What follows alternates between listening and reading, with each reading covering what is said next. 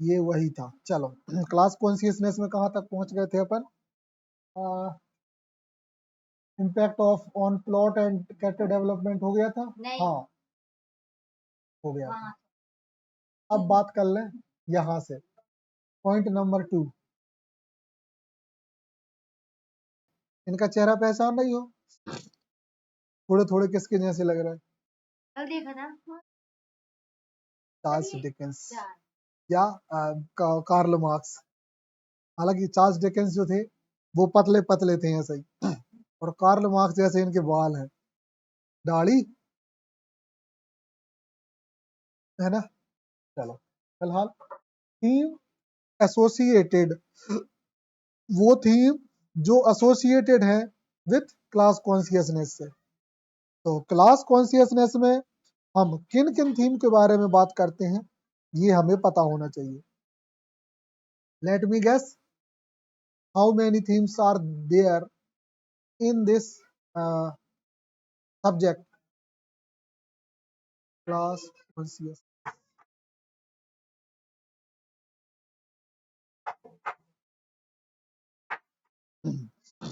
Theme, theme कौन कौन सी theme हो सकती है? आओ मैदान में देख लें। Social stratification and class conflict पहली थीम। सोशल स्ट्रेटिफिकेशन मतलब समाज, जो समाज है ना वो, चलो देखो, social stratification forms the backbone of many literary narrative. बहुत सारे नरेटिव्स का ये बैकबोन होती है। Illustrating the dynamics of power and privileges, और जो किस चीज को इलिस्ट्रेट करती है?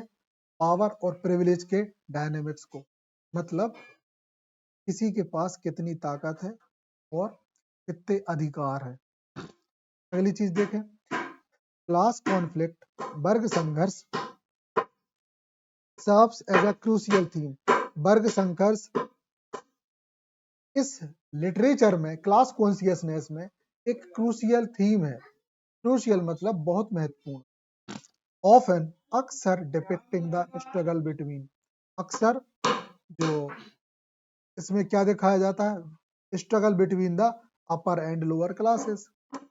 अक्सर ये चीजें क्या होती हैं? अपर और लोअर क्लास जो होते हैं उनमें क्या होता है? ये स्ट्रगल को बताती है। क्लास कॉन्फ्लिक्ट, अमीर गरीब का झगड़ा। वास्तव में अमीर और गरीब लड़ते झगड़ते नहीं है, लेकिन सच ये है कि हमेशा दोनों को लेके विवाद बना रहता है। कहा जाता है कि गरीब पे अत्याचार हो रहा है, अमीर उसको दबा रहा है, और फैक्ट भी यही होता है कि जो बड़े बड़े पूंजीपति होते हैं वो इसी चीज से पलते हैं। हाँ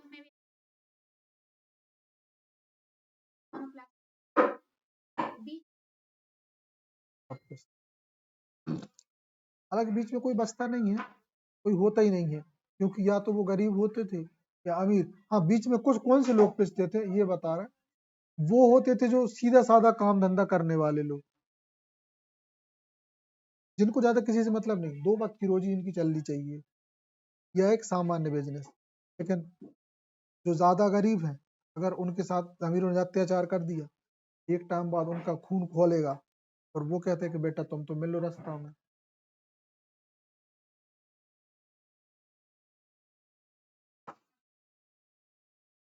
झगड़ा हो। हाँ पूरा बहुत फेमस नॉवेल है, बहुत जरूरी है लिटरेचर के पर्पज से।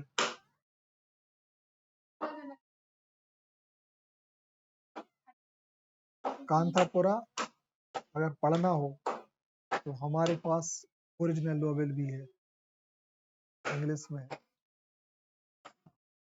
हिंदी में तो चर्चा ही न कर करे। ठीक है। अच्छा पहली थीम थी सोशल क्लासिफिकेशन क्लास कॉन्फ्लिक्ट, और दूसरी theme individual versus collective identity. ये तो यही समझ लो, इंडिविजुअल मतलब व्यक्तिगत, कलेक्टिव मतलब सामूहिक। आइडेंटिटी मतलब पहचान। इसको समझने से पहले ये समझो कि हर इंसान दो तरीके से अपनी आइडेंटिटी बनाने के लिए संघर्ष करता है, इंडिविजुअली भी और कलेक्टिवली भी। वो समाज चाहता है कि मेरा समाज का व्यक्ति मैं कहलाऊं, समाज में ऊपर उठ पाऊं और खुद में भी मैं एक इंसान के रूप में भी ऊपर उठ पाऊं। तरक्की। ठीक। In literature characters of an brigade, साहित्य में अक्सर कुछ चरित्र ऐसे होते हैं, the tension between individual desire, के खुद के desire, and the collective social identity, और समाज में जो की पहचान होती है के बीच में उसका कॉन्फ्लिक्ट होता है। Class consciousness shape their experience and decision, वर्ग सचेतता एक आकार देती है उनके अनुभव और उनके निर्णयों को, रिवीलिंग द कॉन्फ्लिक्ट, और साथ ही रिवील करती है, मतलब उन्हें हमें ओपन करके देती है, the conflict between personal ambition, और ये कॉन्फ्लिक्ट पैदा करती है कि व्यक्ति personal ambition and the societal expectation के बीच में संघर्ष करे। पर्सनल एम्बिशन क्या होंगे? पर्सनल एम्बिशन मतलब होंगे कि खुद की इच्छाएं, और सोशल एक्सपेक्टेशन, हाँ, ये दुनिया में यही चीज तो सबसे कठिन है। कैसे? कि हमको चाहिए कि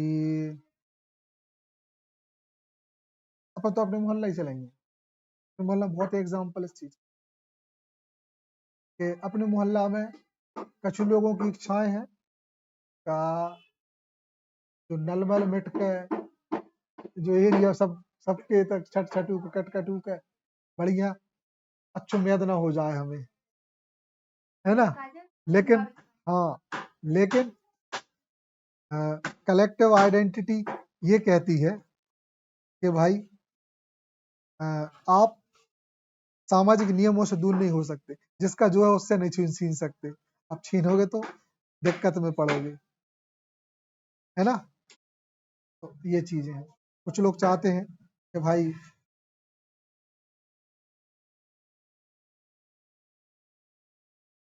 पेपर,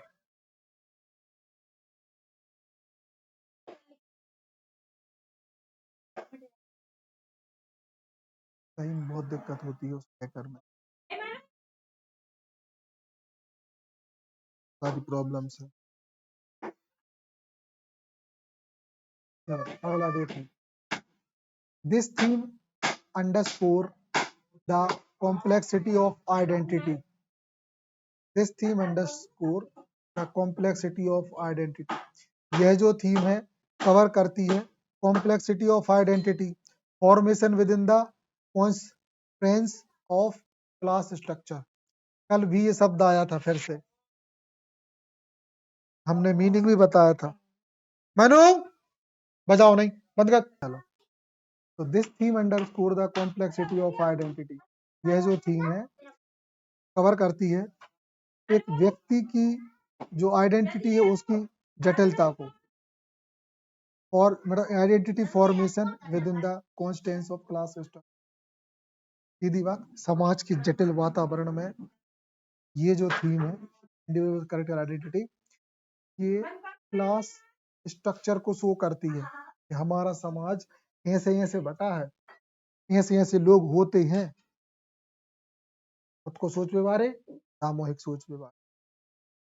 ठीक, अपने यहाँ सामूहिक सोच वाले तो है ही नहीं, और सोचते हैं तो फिर सामूहिक लोग साथ नहीं देते हैं। तो ये सब जगह है बदलाव। इस समाज में हमेशा एक ही व्यक्ति ला पाया है, नहीं मतलब उस व्यक्ति का नाम ये नहीं वो एक व्यक्ति ला पाया, इस समाज में अगर परिवर्तन ला पाया तो एक ही व्यक्ति अपने प्रयास से ला पाया है, पूरा प्रयास एक ही व्यक्ति को करना पड़ता है, चाहे वो आप करो चाहे हम। समझ गए? समाज आपका साथ नहीं देती। फॉर एग्जाम्पल, जिस टाइम पे जो क्या बोलते हैं बी आर अम्बेडकर स्ट्रगल कर रहे थे, उनकी ही समाज का कोई भी व्यक्ति उनके साथ नहीं था उनकी बात को मानने के लिए। बात आ गई समझ में? तो संघर्ष एक ही व्यक्ति ला सकता है परिवर्तन। समझ गए? तो जो लोग सोचते हैं नहीं, क्यों देंगे लोग साथ आपका, क्यों देंगे? उनके एक्सपेक्टेशन पूरी होने चाहिए तो साथ देंगे। नहीं, कैसे प्रूव करोगे कि अच्छा कर रहे हो? एक समाज का कड़वा सच है, अगर हम आसपास देखते हैं और अपन अगर ये बोलते हैं, मतलब देखो दुनिया का बहुत बड़ा झूठ तुम्हें दिखा रहा है कि अगर लोग कहते हैं अरे हमने कोई संग नहीं हो नहीं तो हम तो जो कर देते, तो जब समझ जाओ कि सबसे बड़ा ढोर वही है। और जो तुम्हें ऐसे लोग बहुत मिलेंगे, मिलेंगे नहीं? हर कोई यही कहता, अरे वो अगर तन्नक हमरे काज जी सब साथ तो देते मोहल्ला वाले तो हम तो का सका न कर देते। मतलब आप कैपेबल नहीं हो, इसलिए ऐसा बोल, इसलिए हम किसी से को ऐसा नहीं बोलते।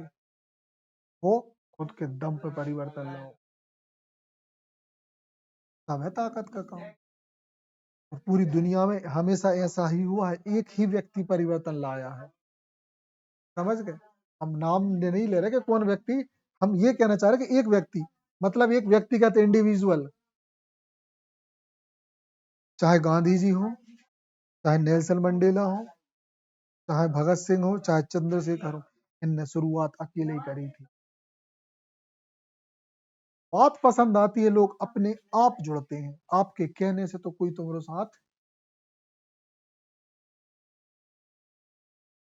यही सच है। तो अगर तुम कोई को मना रही हो कोई बात के लिए, तो वो तुम्हारे साथ नहीं रहने वाला। फैक्ट। समझ गए? मनाने से साथ नहीं होते, उसके लिए जरूरी होता है सही से। इसलिए कहते हैं कि सिंगल निकलो, अगर सही हो तो आगे लोग टकराएंगे और जुड़ते जाएंगे। जितने बड़े बड़े लीडर बने ना, उनने खुद ने हिम्मत करी। गांधी जी को देखो, गांधी जी ने खुद साउथ अफ्रीका में इतनी लाते जूते खाए हैं, इतने में तो अपने तो मालूम है जितने हजार लोगों ने भी ना खाए हुए हैं। उस इंसान जैसे जितने जूते किसी ने नहीं खाए, उसके ऊपर तो थूका भी गया है बहुत, जी भर के, और वो रूमाल से साफ करता रहा। सोचो उस समय लोग उसको देखते होंगे, इंडियंस भी देखते होंगे तो कहते होंगे कि कितना बड़ा ढीठ है, जाकी जगह हम होते तो कब के उतर कर भग जाते। मगर वो उस ट्रेन में हाथ पकड़े रहे, हाथ नहीं छोड़ा, बोले ये मेरा अधिकार है, मैं यहाँ आया हूँ, पैसा दिए मैंने। साधारण व्यक्ति क्या बोलता, अरे भाड़ा में गो पैसा जाए का जगह, तो हम तो सवेर होता है, पैसा से बढ़ के थोड़ी इज्जत। लेकिन वहां उनने कहा कि, और उनको कई लोगों ने बोला होगा कि तो कंजूस है, लोगों ने उनके प्रति हजार प्रकार की बुरी बातें कही होंगी, कहा होगा कि कितो कंजूस है, मरो जा रो पैसा है, लेकिन असली बात तो वही जानते थे ना। समाज आपको देख के कुछ भी कहता है, ये बात बिल्कुल मायने नहीं रखती। चलो ये हो गया। Third theme, the role of class in personal relationship. The role of class personal relationship, एक वर्ग का व्यक्तिगत संबंधों में क्या रोल होता है। ठीक, आगे बढ़े। पुलिस के मामले में हम लोगों को बहुत वर्ग संघर्ष है, बहुत समय लगता है तब जाके उसमें परफेक्ट हो पाते हैं। मतलब क्योंकि जीरो से शुरुआत अपनी 12वीं से मान लो,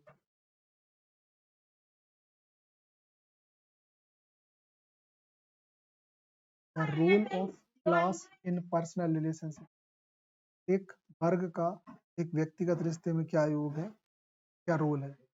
significance impact personal relationship influence dynamic between the characters, मतलब व्यक्तिगत रिश्तों में जो क्लास है वो बहुत बड़ा रोल प्ले करती है as Literary work often explore how class difference can lead to misunderstanding. वर्गों का अंतर कैसे मिसअंडरस्टैंडिंग बनाता है, कॉन्फ्लिक्ट करता है, और इवन रोमांटिक इंटेंगलमेंट, और जो रोमांटिक उलझने हैं वो पैदा करता है। कहने का मतलब वर्ग अलग अलग होने से मिसअंडरस्टैंडिंग्स बढ़ती हैं, विवाद होते हैं, और जो रिलेशन होते हैं वो भी खराब होते हैं। कहने का मतलब बहुत सारी चीजें बिगड़ती हैं। आज ऐसे ये समझ लो, जो क्या हम बोले, हाँ, अगर इंटरकास्ट जैसे जो मैरिज होती है तो जो समाज अपने में ही क्यों करते हैं, क्योंकि उनको पता है कि तुम्हारे नियम अलग हैं, तुम्हारा रहना, तुम्हारा खाना, तुम्हारा पीना सब अलग है, तो लोग बहुत नफरत करते हैं दूसरे उसमें जाना। तो यही बताना चाह रहे हैं कि क्लास अलग अलग होने से बहुत सारी मिसअंडरस्टैंडिंग्स होती है, जबकि हकीकत में देखा जाए तो ज्यादातर सब में एक ही तो इंसान ही है। Then these interpersonal interaction reveal the profound effects of class. ये जो अनुवाद है वो रिवील करते हैं profound effect of class on social bonding and individual choice. ये निर्धारित करते हैं कि जो क्लास है और जो समाज की जो मतलब समाज की और एक इंडिविजुअल की जो बॉन्डिंग है ना, वो ये चीजें इफेक्ट करती हैं कि समाज और व्यक्ति एक जुड़े हैं, लेकिन ये सारी बातें इनके रिश्ते को कभी तो मजबूत करती हैं, कभी तोड़ती हैं। पूरा इन्हीं चीजों से होती है चीज। ठीक, आगे देखने, this is the last one, conclusion. Class consciousness serve as a vital role theme in English. Hello. Class consciousness serve as a vital theme in English literature. English literature में क्लास कॉन्शियसनेस एक बहुत बड़ी theme है। Shaping narratives and the characters arc, जो बनाती है narrative और characters का एक बहुत बड़ा आर्क।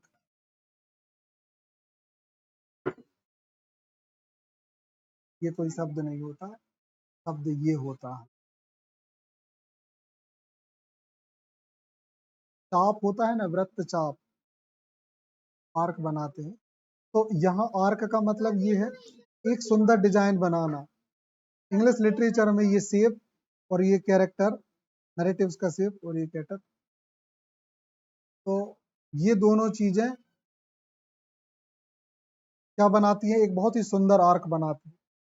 जो डिजाइन होती है ना उसको आर्क समझ लो। Through the exploration of social stratification, सामाजिक क्या ही बोले इसको, है ना, stratification and its implication, literature provide insight into the social structure and the human experience.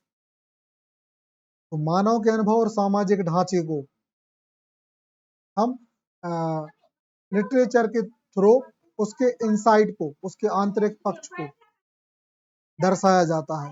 Then understanding these themes, और ये जो थीम है, ये theme enhance our appreciation of the complex interplay between class